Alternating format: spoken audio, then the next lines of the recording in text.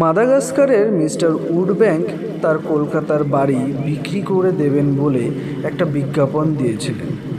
খবরের কাগজে সেই বিজ্ঞাপন দেখে আগ্রহী হয়েছে সত্যেন মহান্তি।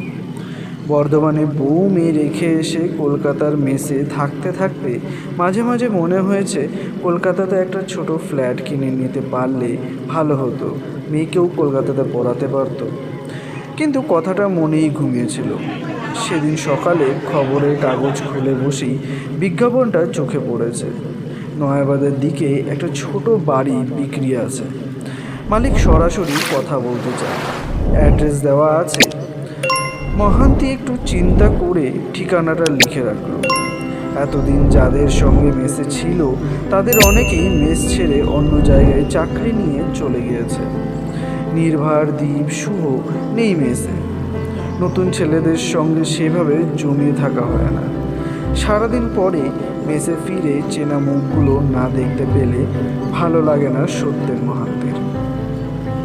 নয়াবাদের দিকে বাড়ি বিক্রি হবে।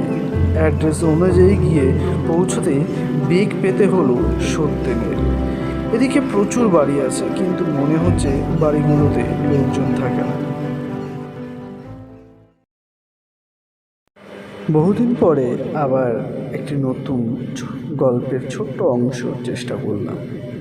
গল্পটি নেওয়া হয়েছে রক্তমাংসের নূপুর গল্পের বই থেকে মিসেস ফুড গল্পের একটি ছোট্ট অংশ। কেমন লাগলো অবশ্যই জানাবেন।